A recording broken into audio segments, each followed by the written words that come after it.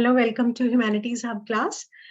आज same chapter को continue करेंगे और एक बहुत छोटा और बहुत प्यारा सिंपल सा क्वेश्चन करेंगे कि what is the importance of waterways. अभी तक हमने किया रोडवेज, रेलवेज, फिर हमने लास्ट वीडियो में किया कि पाइपलाइन ट्रांसपोर्ट की क्या एडवांटेजेस हैं और हमारी कौन सी 3 इंपॉर्टेंट पाइपलाइन नेटवर्क है, जिसके बारे में मैंने आपको बताया था कि अगर पूरा डिटेल ना याद हो तो आप कम से कम इतना जरूर कर लें कि वो जो पाइपलाइन नेटवर्क है वो किस एरिया से शुरू होकर किस पॉइंट से कहाँ तक जाता है, क्योंकि वो काफी इंपॉर्टेंट है। कभी कभी उसको हम मिस कर देते हैं, लेकिन आपको नहीं करना, उसको याद से करना है। तो अभी बहुत छोटा सिंपल करेंगे कि वाटरवेज।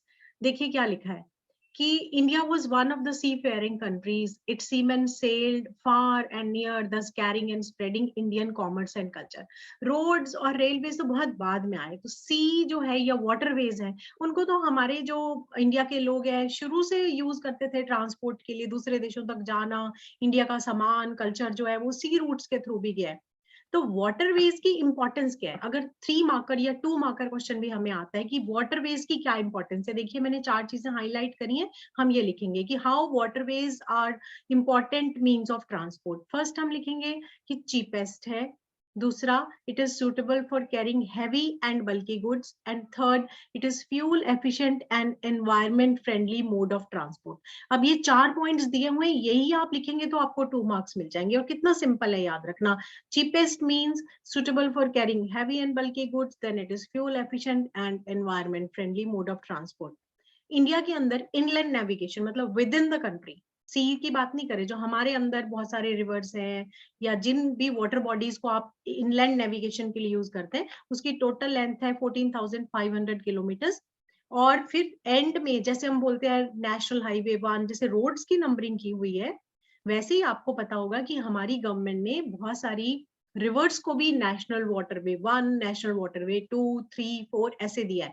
तो जैसे मैंने आपको बोला कि पाइपलाइन ट्रांसपोर्ट आपको तीनों करनी है, ये भी जरूर करना है कि नेशनल वाटरवे 1, जैसे फॉर एग्जांपल आपने ये करा, मैं सिर्फ एक बताऊंगी बाकी आप समझ जाएंगे कि गंगा रिवर जो है वो इलाहाबाद से हल्दिया के बीच के जो 1620 किलोमीटर का स्ट्रेच है वो हमारा नेशनल वाटरवे 1 है। तो आपको समझना क्या है कि पूरी की पूरी गंगा रिवर नेशनल वाटरवे 1 नहीं है, क्योंकि गंगा तो पहाड़ों से ओरिजिनेट होती है, गंगोत्री।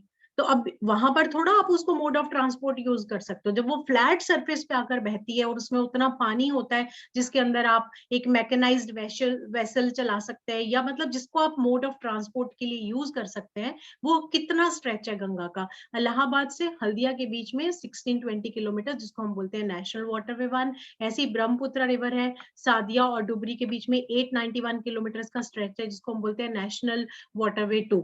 ऐसे ही आप नेशनल वाटरवे 3, 4, 5, 5 के 5 हम याद कर लेंगे तो बस हमारा वाटरवेज हो गया। अब नेक्स्ट हम करेंगे कि हमारे यहाँ कौन से सी पोर्ट्स हैं, उनके फीचर्स क्या है, वो किस पोर्ट में लोकेटेड है। मैं बहुत सिंपल वे में कराती हूँ और सब बच्चों को अच्छे से समझ में आता है। ठीक है, चलिए, bye for the day, okay, take care.